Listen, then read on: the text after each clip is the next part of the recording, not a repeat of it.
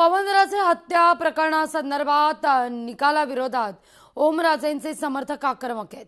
ओमराजे निंबाळकरांचं कार्यालय समर्थकांकडून बंद करण्यात आलंय। निकालाविरोधात धाराशिव बंदचा कार्यकर्त्यांनी इशारा दिलाय।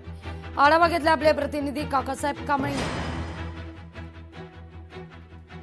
पवनराजे हत्याकांडाचा आज निकाल लागला आणि सर्वच आरोपीला निर्दोष मुक्तता केल्याने आता पवनराजे यांचे चिरंजीव ओमराजे निंबाळकर यांच्या कॉम्प्लेक्स मध्ये आपण आहोत आणि आता कॉम्प्लेक्सचं शटर देखील बंद करण्यात येत आहे। आणि शटर किती दिवसापासून बंद झालं नव्हतं, हे आता बंद करण्यासाठी मोठा परिश्रम त्यांना करावा लागतो। काय सांगाल, कशासाठी शटर बंद करायला? आमच्या विरोधात निकाल गेल्यामुळे आम्ही शटर बंद करावं। काय भावना आहे? काय भावना म्हणजे आम्ही दुखावत आहोत। हो, शटर कधीही बंद झालं नव्हतं पण आज बंद कधीच बंद झालं नव्हतं, आज बंद करायला।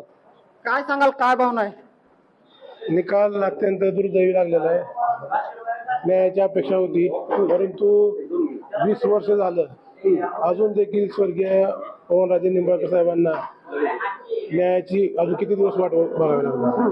या प्रकरणामध्ये 9 आरोपी होते। मग आज असं वाटतंय की न्याय व्यवस्थेवरचा पूर्णतः विश्वास उडालेला आहे। तपास सुद्धा सीबीआय कडे जावा म्हणून सुद्धा ओमराजे कुटुंब असेल किंवा पूर्ण त्यांचं कुटुंबीय हायकोर्ट सुप्रीम कोर्टापासून जाऊन सीबीआयचा निकाल लावून घेतला।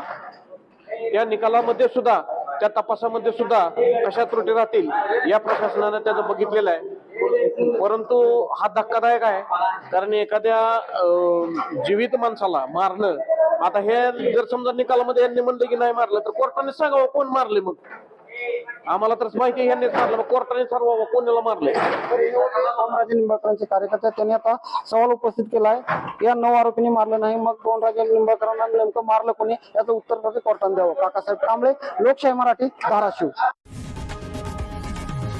लोकशाही मराठी ऐका, पहा, जागरूक रहा।